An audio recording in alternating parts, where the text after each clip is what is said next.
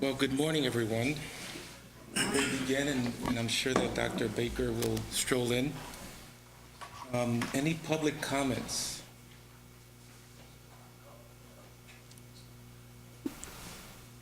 Doesn't seem that we have any, so. Morning. Good morning, Reverend Matthias, Ms. Slade, Ms. Downs-Lewis. My name is Jonathan Harper. I'm the science curriculum supervisor, and I'm also helping fill in Carolyn Evans' absence. And this morning we have for the agenda for Academic Achievement Committee two items. An instructional council report will be given by Mrs. Pat Reagan, and then I will provide an update on the science Discovery Education Science rollout that we've done this year. So those are the two items. Good morning, Dr.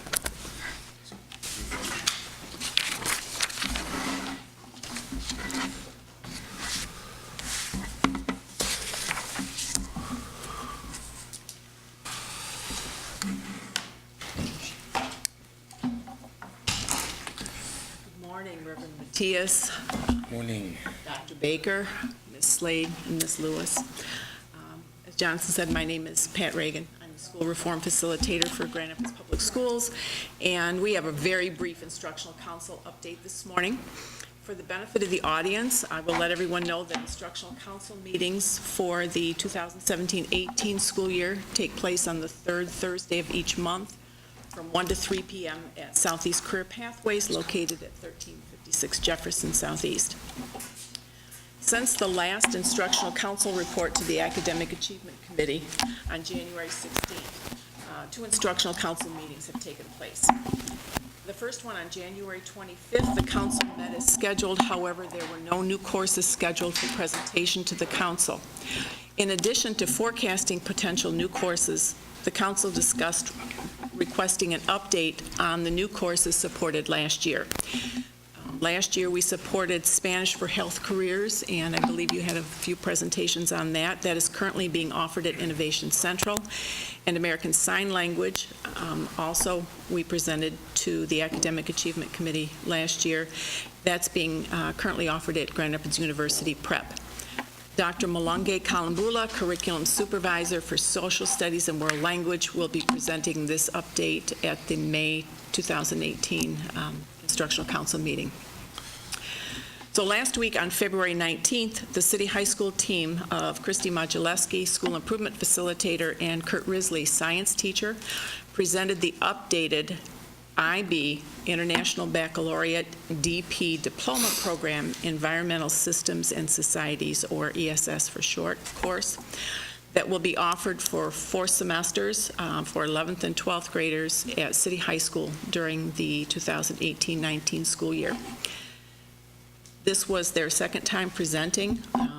The council reviewed the updated course pacing, the core and supplemental resources, as well as additional instructional resources to enhance the rigorous content of this course. According to the City High School team, students are very excited about this new course, and already, at least as of last week on the 19th, 28 students have selected that course for the upcoming school year. Our next meeting is on Thursday, March 15th, from 1 to 3 p.m. at Southeast Career Pathways, and just to let you know, GREA chairs this committee this year, and Laura Morrison and Aaron Purdy are the co-chairs for this committee. Any questions about the science? Jonathan is right here.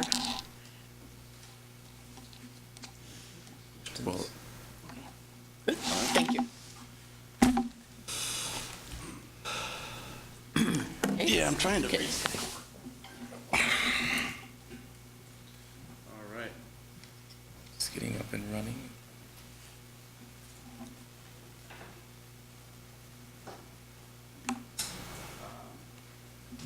So the next component is an update on our Discovery Education Science implementation. I had the pleasure of presenting to you back earlier in 2017 regarding our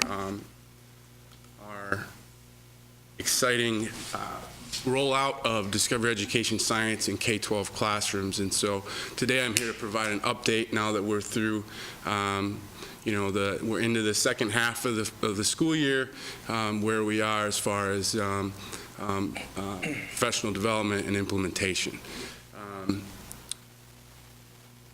So part of the professional learning that's been, the components of professional learning that have been taking place with teachers across the district are three parts. A session called Getting Started with Science Textbook teachers actually began doing that professional learning opportunity on July 31, and we've had multiple sessions to bring our staff on board with this new program. And then there's been a two-part session called Maximizing Student Engagement, which is broken into two sections. And again, we've had ongoing sessions even up into the month of January and February. Getting Started with Science Textbook. This was the initial the initial training that teachers engaged in. This is the first look at the new tools and resources, and participants learn to utilize those tools and use some collaborative activities to talk about how does this new resource help us implement the new science standards that were adopted by the state of Michigan. The facilitators modeled how to use these digital resources in the classroom. They learned to implement instructional strategies, different model lessons, and ways that they can use these tools to implement authentic learning experiences for their students in the classroom. This was it's a full day session, and it's a great way to get this off the ground with our staff. The next session, again, Maximizing Student Engagement, was broken into two components. This gets into really the working knowledge of using Science Textbook in the classroom as the title indicates, to maximizing student engagement within the tools.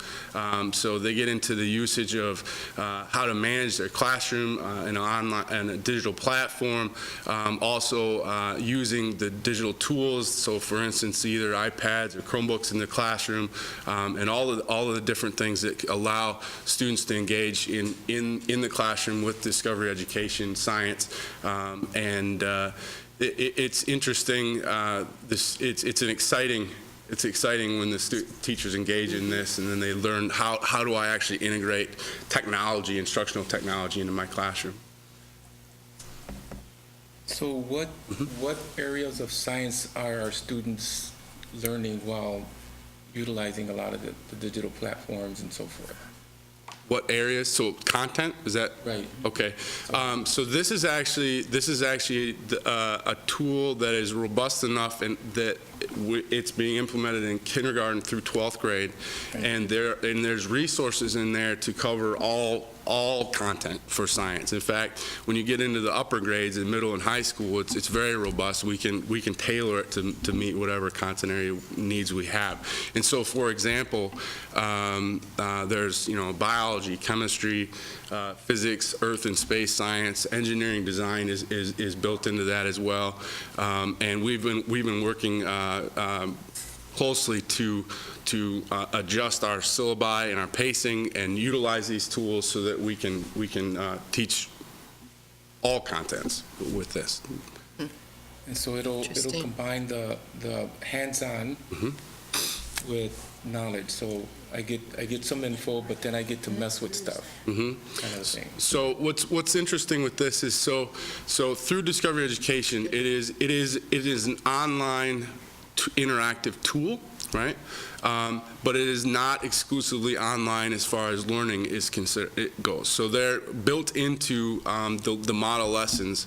There are both virtual labs and experiments that the students can do, as well as hands-on labs and experiments that students can do with their classes.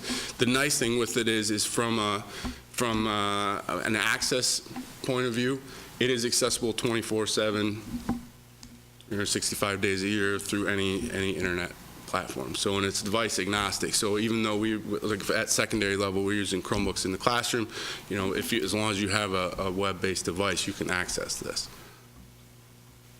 So, to talk about the professional learning that we've offered to our teachers, again, Getting Started with Science Textbook began on July 31, 2017. As of last week, we've actually had a number of 518 teachers so far have completed the professional learning, and then the cycle is going through. So maximizing student engagement parts 1 and 2. Again, the last date that we've offered so far for maximizing student engagement part 1 and 2 was on February 1.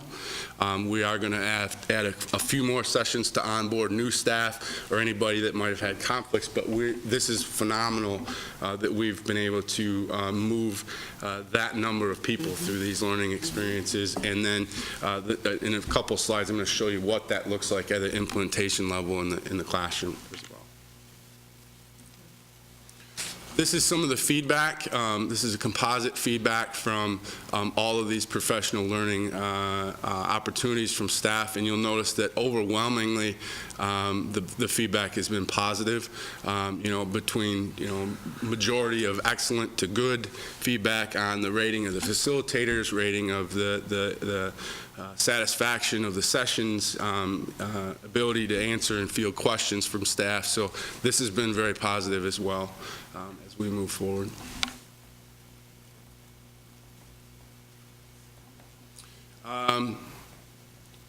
So this is interesting. So we dug into the data a little bit to talk about how has the professional learning actually impacted use in the classroom. Right, so is the professional learning that teachers are engaging in impacting student use in the classroom? And so what we did is we did an analysis of before and after teachers engage in the learning, and I'll just read these bullets. So on average, 5.5 teachers. So obviously that's on average 5.5 teachers per day logged in 14 days after the PD compared to before. 15.2 teachers logged in 30 days after the PD compared to before. So what that means is we've had multiple sessions, right? I mean, a number of sessions. So every time, so if we were offering sessions on Tuesday, Wednesday, and Thursday, each time, an average of that many more people are logging in and accessing the tools. So the last bullet there, on average of 362.2 more students per day logged in within 30 days after the PD compared to before, which means that we're seeing, when I'll show you a graph in a couple slides up, you'll see just a incremental growth in the usage in the classroom. So we can see that, which is great, because that means that the professional development that we're providing is transitioning to the student use in the classroom. So this is during the school day that students have the class or have an opportunity to, within the whatever the class hour, to do work, or they're doing assignments or a variety of things? Yes. So this represents on a given day. So for instance, if I'm a classroom teacher and let's say at a secondary level I'm teaching a science class, right? This would be the tool that they would use in the classroom to teach science. At an elementary level, if they're teaching science throughout a given block, this would be the tool that they could use it there as well.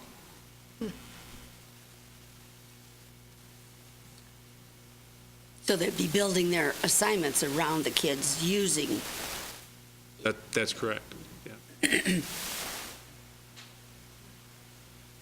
So this graph shows impact of PD on teacher usage. So I know that this is difficult to read because there's a lot of data points on here, but really I just wanted you to see the shape of the graph. So what you'll see here is every time you see a great spike, right, is right after we've offered professional learning. So when we, the bottom row there are months, and I know that it's difficult to see, but each date point represents a PD opportunity. So that gives you a sense of how many sessions we've actually offered to bring this learning to our staff. And what you'll notice is that immediately after the professional learning, the usage jumps way up, so, and we also have this for students. So this is probably the most exciting thing so far with being that we're just into the second half of the year and we're still in the tail end of the professional learning for our staff. But the incremental growth of student usage has been phenomenal.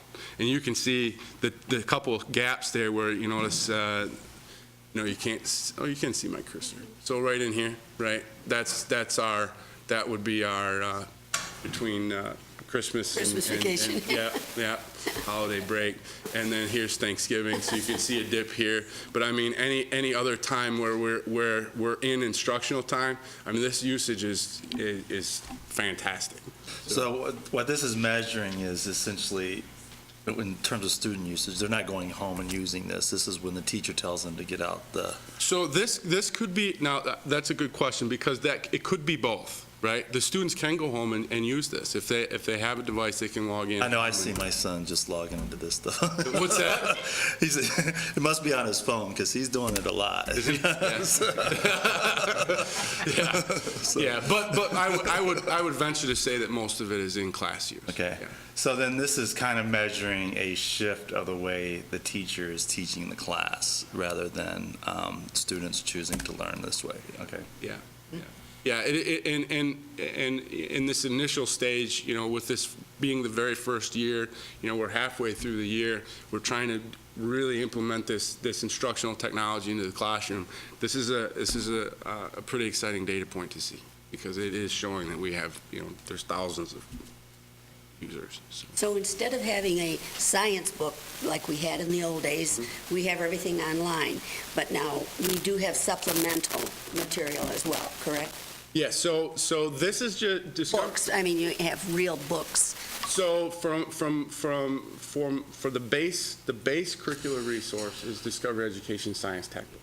Okay, and that is it's a digital tool, videos, virtual labs, printable texts. The text can be read online. So that's the base now. And we have mapped our curriculum, kindergarten through 12th grade, to use this as a base tool. That if teachers are using supplemental books to support the base curriculum, that's fine. But this is being used as the tool, if that makes sense.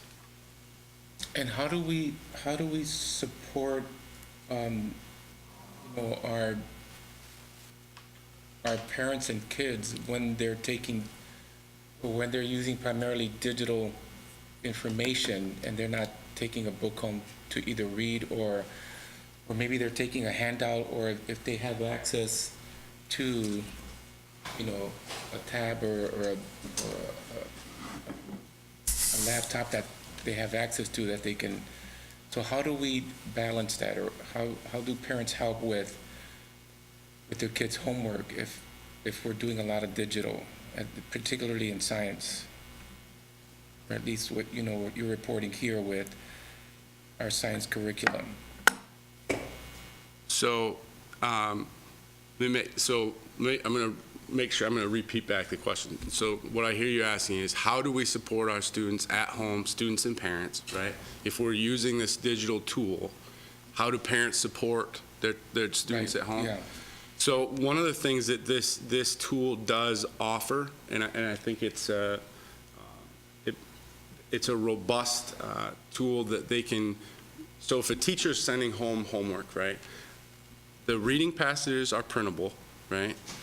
Parents can log in as well. So if they have a device at home, they can log in. But anything on here that needs to go home with a student for studying. So if they're, for instance, they're reading about plate tectonics, right? And there's a reading passage, a constructed response, which would be a writing passage that they would complete. All of that stuff can be printed and taken home as well. So it's not as if you're locked to a device. And in fact, the model for usage is really designed to be around collaborative discussion and working with your peers in the classroom. It's not about, with your face in the screen all the time, which is really important because we're not science. We want science to be social, right? I mean, we're going to learn from your parents and the students in the classroom. And so the device is simply a tool to help access the online components, but really the instruction has to come from the collaboration in the classroom. I hope that helps answer that question. I just wonder, do we allow kids to take their iPads or anything that we might give them? Are they ever allowed to take them home, or they stay in the building? Our current model is they do stay in the building. Mm-hmm. So do we have any idea how many kids who might not have access to the internet or to a device? I don't personally have that, but we can find out. I'm sure that we have some sense of what that is. I don't have that data with me right now. Most of our kids do have access to the internet, but we did do a survey to find out, so we do have that information. So this is an interesting comparison too. So if we look at teachers and students usage by month, you can see where our professional learning started at the very end of July, right? And then as we've implemented the professional learning opportunities for our teachers, you can see the teacher usage go up, which is in blue, and then it kind of flatlines. The student usage is really exciting because for each month, it's really, we've jumped way up here, and even in February, we're not even through the month of February yet, and so we should expect to see hopefully a comfortable plateau there where the usage stays consistent. I know that in our previous academic committee, where Burton reported, and really they're utilizing a lot of the digital formats, and so it was interesting to see some of the examples that they gave where students are helping their parents, because sometimes we're technologically not quite at the level of our kids, right, Grandma? Yes, absolutely. Great grandma. Great grandma. I'm just a grandma.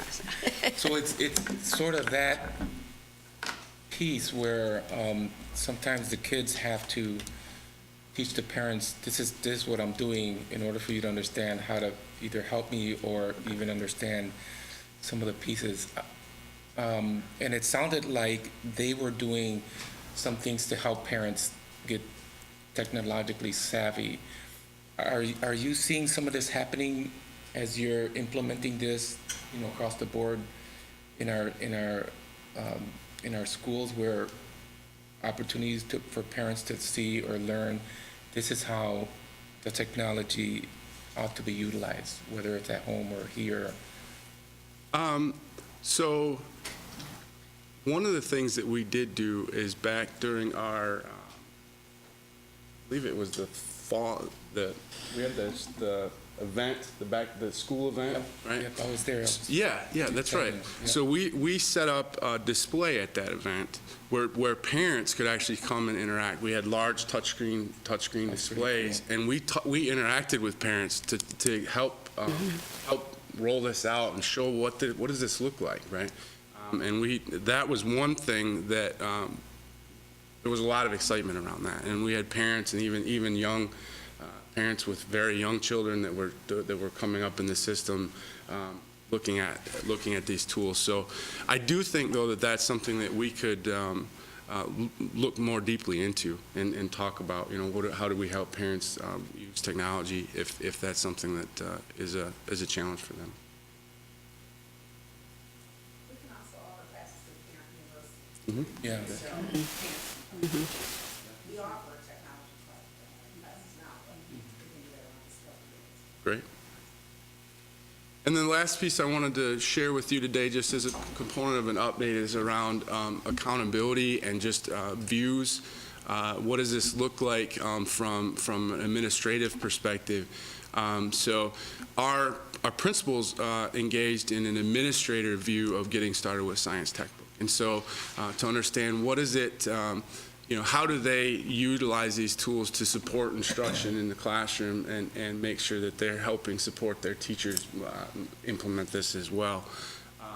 And some of the views that are here, this is called a dashboard. So this is an administrative dashboard. This is actually, from my perspective, from a district level. But a building principal also has this view, so they can go in and look at their individual building and say, where's our activity within the building? Are we seeing the usage? And this doesn't tell the whole story, but it is an important part of looking at where are we with implementing this tool to support the curriculum. So like in this example, what school was this, or what? No, this is from my perspective. So this would be if I'm looking at the district as a whole. Okay. Right. But I wanted to show you an example of, so if I pull up, if I'm a building principal, I can pull this view and see my building. Right. So I can see active users and total logins and all that sort of thing. So I have a snapshot to be able to just a quick dipstick of, where are we? How are we doing? This is some different reports, so I can go in and see what are my active users. I can go in date by date, right? So you can see where there's dips and troughs. And one of the things that you'll notice is students may not be on this every single day. Teachers might be doing hands-on activities with a student, and they don't need to be on the device every single day, right? And that's fine. But this helps you paint the picture, and it's from an administrator lens. So if you're saying, well, how are we using these tools or not? This is a really powerful lens, right? A quick view. So It looks like they're not using it on the weekend. That's an indication that these students aren't going home and doing this. Right. So Yes, that could be. You could draw that conclusion, absolutely. So a principal could see if a teacher was just ignoring this science project, or not project, but I mean the science tech.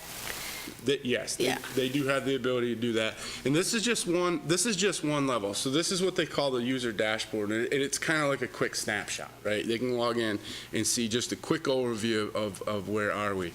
But this is the bullets I put below here. So there's tiered levels of access. So there's account administrator access, which would be like central office access, and then site administrator access, which would be your principal, right? So your building principal would be your site administrator, and then of course teachers and students.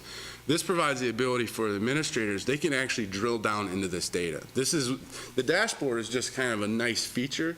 But the powerful part is that they can actually drill down into individual student accounts. So if a principal or a teacher is trying to look at what is my student work, what does the actual student work look like, they can actually go into an individual student's account and look at the work that the student is producing, which is very powerful in comparison to what we've had access to before. I mean, you can drill right down, and if a student is either being incredibly successful, or maybe they're struggling, or there's something, we want to target some supports for that child, they have the ability to go directly into those accounts and do that. So now they are doing this in all schools, elementary schools as well, or this is just junior and senior high school? This tool is being used in all buildings from kindergarten through 12th grade. And that's how they get their science. Even the elementary school kids get their science this way. This is the base tool. Okay. as opposed to a textbook. Right. Well, for me, I think, so for example, one of the things that I would be interested in is through the base of this, are our kids going to be able to do research? Are they going to be able to write extensively and utilizing resources too? Because that's the bottom line. They're going to have to turn in a paper that has some sense of utilizing information and drawing conclusions.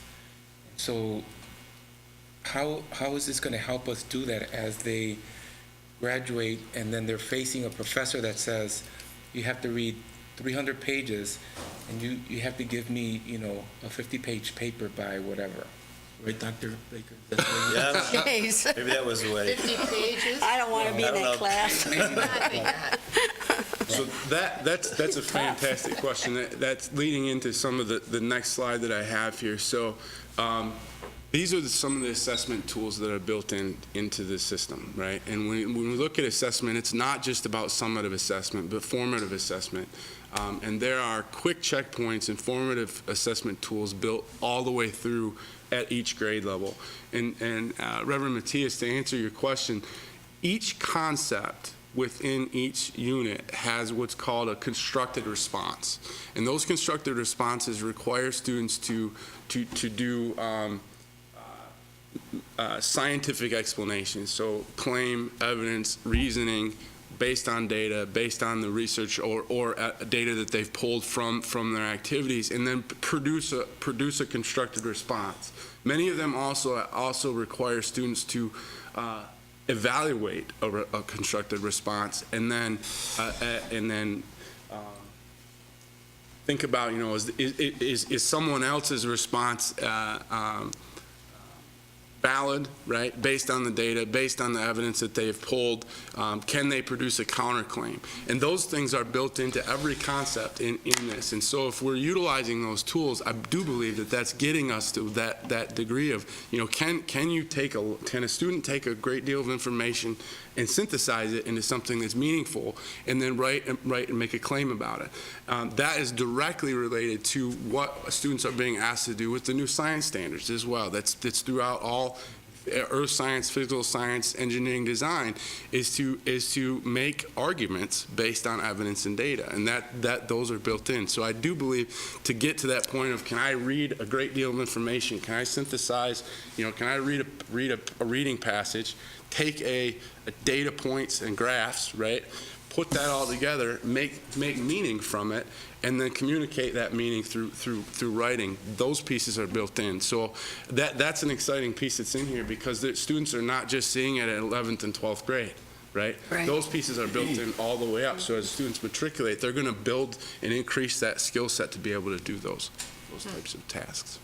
And we were speaking before the meeting about my limited experience with this, but I was really impressed with the kind of work these kids, my granddaughter's only in 7th grade at museum school, but I am really impressed with the kind of work that they've been asked to do, because she had to read all this stuff, and then she had to put it in her own words, and then she had to draw some conclusions about, and I thought, this is really, and it wasn't easy reading. It was an adult book. She had a supplemental text, and and she it was a real challenge. So I was very pleased with that. I was very pleased. So all of these items are, these are all both formative and summative tools that are built into this, and we've put them in gradebook as well, so that, again, from an administrative standpoint, principals can also monitor this as well through that. And we're working, recognizing that we're just a half a year, just over a half a year into the initial implementation. We're still learning, but these are the tools that are in place that we hope to be able to, that this really pushes the system forward with science. That is the last slide I have from an update perspective. Do you have any questions? Yes, I have a couple questions. One is that my sense of this new curriculum was it is supposed to increase the opportunities for students to create science inquiry skills, and then also science knowledge, which I think has been low on statewide. So how is this going? I mean, in terms of this teacher's perspective, how are teachers responding to the new curriculum? Are they feeling comfortable with teaching our students learning? It is, we're having a lot of positive response, but it's also, it's a big shift, right? This is a pretty heavy lift for the system to move to implement new standards with a new tool. Okay. Luckily, we have Paul Slade, who's our district science coach. He's out in classrooms working to support teachers with this, and modeling lessons, doing some planning, talking about how to implement these tools. The next step with this is really to dig deeper into the instruction, right? So much of what we talked about today was around implementation and professional learning, and then just usage data. The next piece to get to the core of this, though, is to talk about how is this impacting learning. And so I think, Dr. Baker, that is something that we need to pull some data on, right? How is this actually impacting student learning? So that is the next step. Yeah, that's what I was wondering. So, I mean, we can look at student data, but what does the student data show us right now? Are the students responding well to it? Yeah. But also, it's just in general, I mean, do you get a sense of what are teachers saying? I mean, are teachers feeling confident in this? Overall, from when we have discussions, they are feeling confident. We are, we're learning as a system about what are more challenging components to this than others, and so I think overall the feedback has been positive, but again, when we look at the shift between the old standards and the new standards, one of the things that's been challenging for staff is to, if I was used to teaching this content at a particular grade level for a number of years, right? Because that was what the old standards had me doing. The new standards may not have that content at that grade level, right? So that's been one of probably the biggest shifts that we've been working to support each other throughout the system with, is helping a teacher learn some of the new content that they may not have been taught over the last several years because it didn't fall within their grade level. So that's one thing I think that we're continuing to provide support for that. Well, and then finally, I think that a board position, since we're not teaching this stuff, is do the teachers feel confident in the adequacy of our technology to do this work?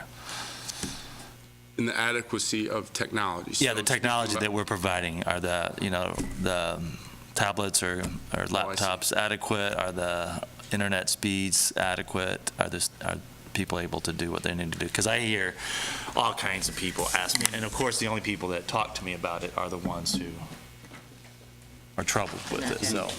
So yeah, I mean, just what can we do to make sure that technology is up to date?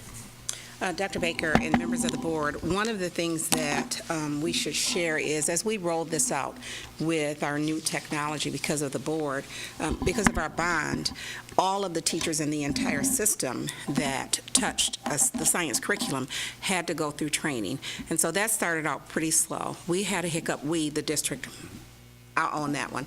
We had a hiccup with should special education teachers go through the training or not. And so we caused a delay for some of our staff members that were not teaching in the classroom.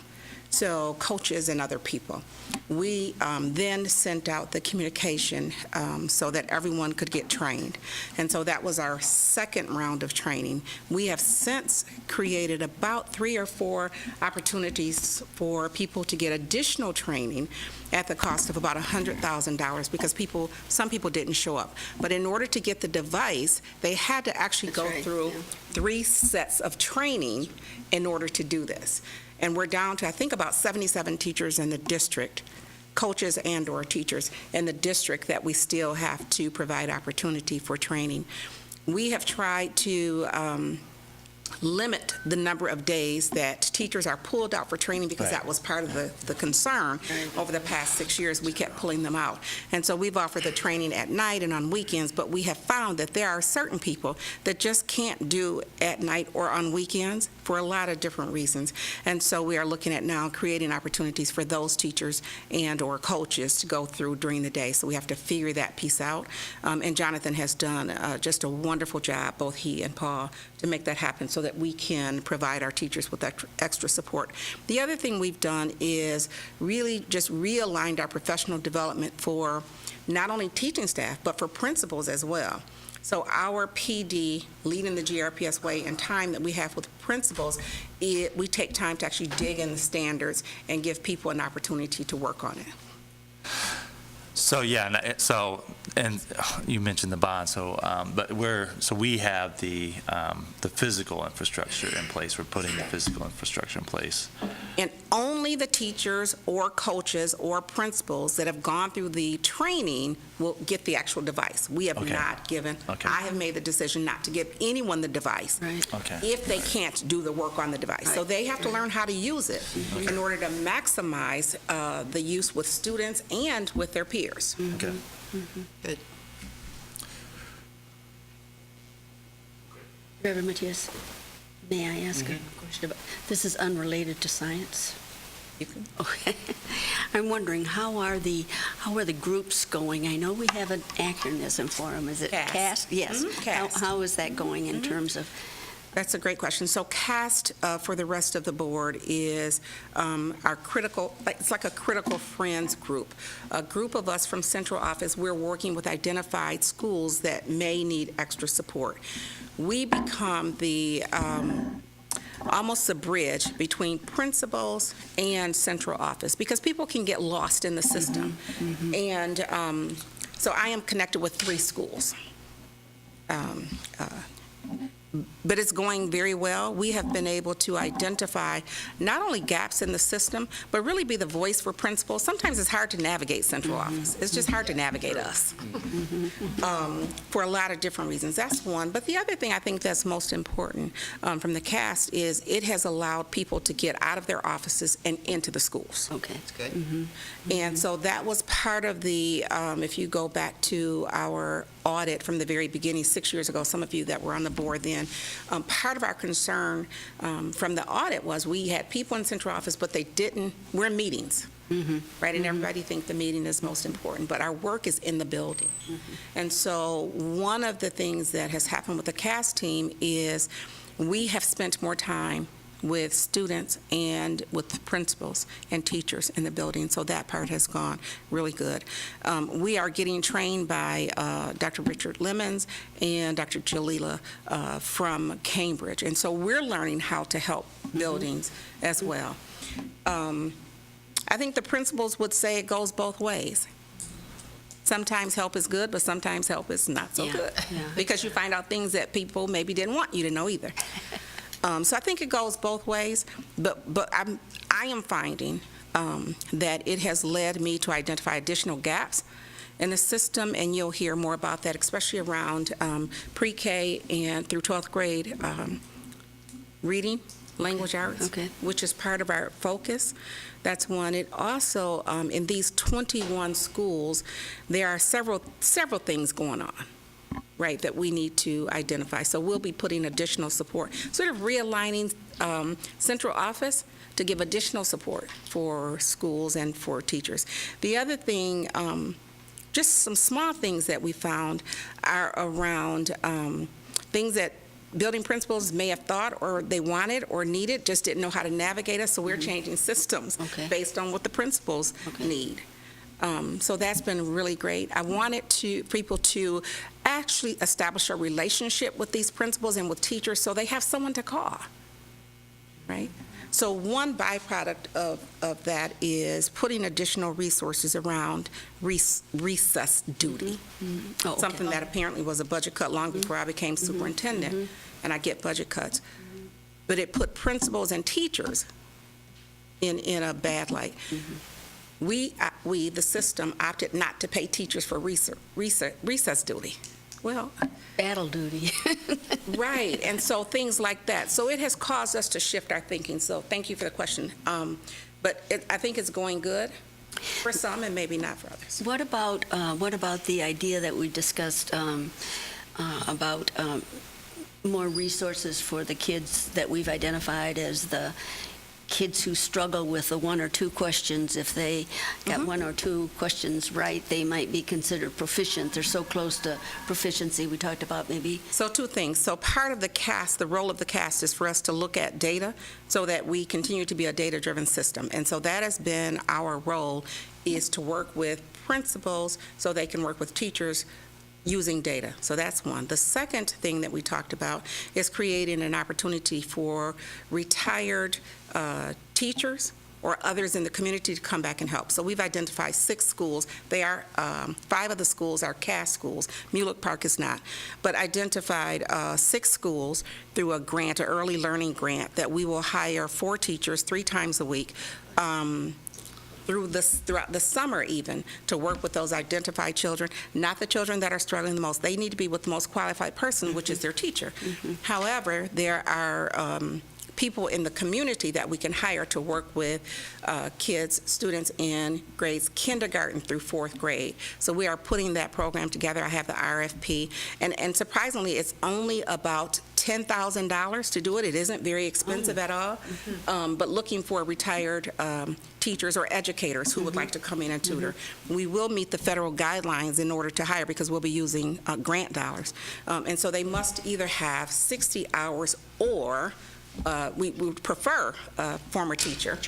And we are going to advertise in some of the churches and other places in the community for people that would like to come in and help with those children that are right on the cusp. So it's not the children that are really the lowest, that's struggling the most, but we will do that. So we'll be communicating with principals to roll that out. Okay. Do you think the number of kids who are more on the bubble, they might be greater, that number might be greater than the kids who have to struggle more? Yeah, I understand your question.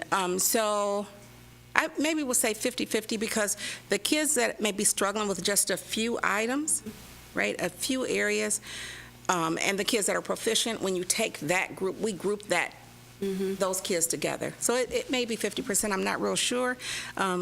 Mrs. Lewis, I do look at the data, but I just don't know right off the top of my head. I don't know that answer. I just wonder, because you think about how missing 1 or 2 questions can make a difference for the teacher in terms of the proficiency for the kids or the growth for the kids and so on. I'm wondering, too, have we received anything back on their MAP tests as far as? So I should have that information this week. I've asked for it. I asked for it last Friday, and Mel said I couldn't have it on Friday. They just finished the test on Friday. You know, I am wanting to look at the data, and I think it should be coming, Mel, Wednesday, Thursday? Okay. Wednesday of this week. So I don't have it, and I will not be sharing it with the board until I have a chance to actually look at it and go through it. So that'll take me through the weekend or so. Hopefully the trend is up, right?